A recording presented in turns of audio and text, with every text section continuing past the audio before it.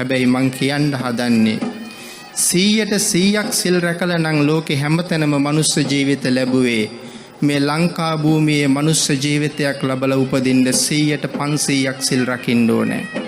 ඒ තරම් පරම පූජනීය මේ භූමිය එසේ මෙසේ සීලයක් රැකලා උපතක් ලබන්න පුළුවන් පුණ්‍යවන්ත භූමියක් නම් නොවන නිසා.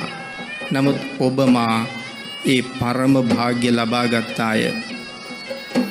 මේ මහා භද්‍ර කල්පයට පහළ වෙන සම්මා සම්බුදුරජාණන් වහන්සේලා සිව් නමක් පහළ වී හමාරයි.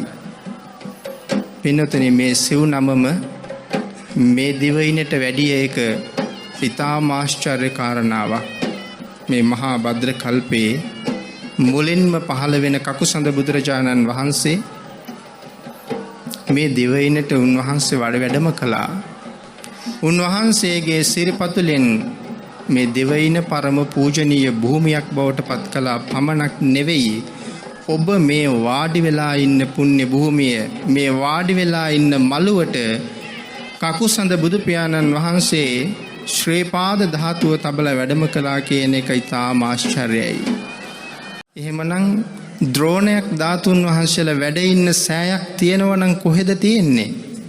ඒකම සෑය මළුවේ තමයි අපි වාඩි වෙලා ඉන්නේ. ඒකයි මම සඳහන් කළේ මේක සිහිනයක් නෙවෙයි, මේක ඇස්බැඳුමක් නෙවෙයි කියලා. මේ කෝටි ලක්ෂයක් සක්වලට ඉරවල් කෝටි ලක්ෂයක්, හඳවල් කෝටි ලක්ෂයක් පායන භූමියට ප්‍රදේශයට තියෙන එකම මහසෑය තමයි මේ. පින්නතුනේ අපේ භාග්‍ය අපි තාම දන්නේ නැහැ අපේ වටිනාකම.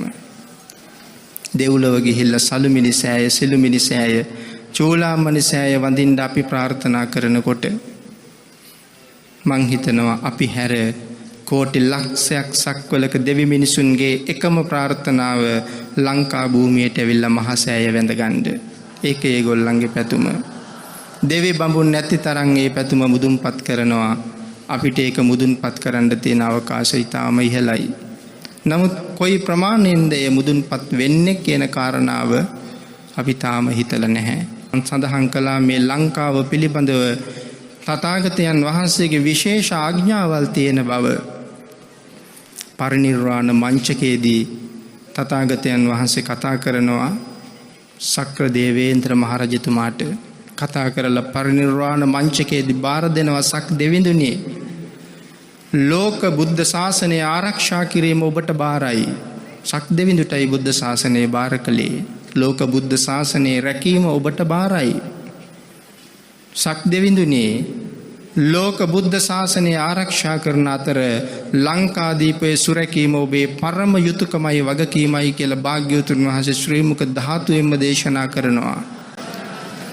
සක් දෙවි මහරජාණන් ඒ කාරණාව උන්වහන්සේ මූලිකත්වයෙන් කරන අතර දා ලංකාවට වැඩිය වෙලාවේ මේ තුන්වෙනි ලංකා ගමනේදී ඔබ වාඩි වෙලා ඉන්න, අපි වාඩි වෙලා ඉන්න මේ අති උතුම් පුණ්‍ය භූමියට තථාගතයන් වහන්සේ වැඩියා.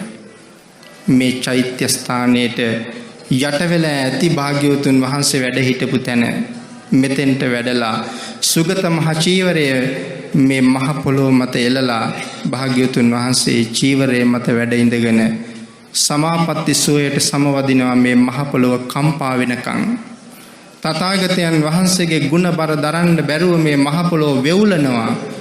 ඒ කියන්නේ මේ මහ පොළොවට ඒ තරම්ම ශක්තිය දෙනවා මේ භූමියේ ජාත පුත්‍රයන්ට සංසාරේ සුවය හොයාගෙන යන්න.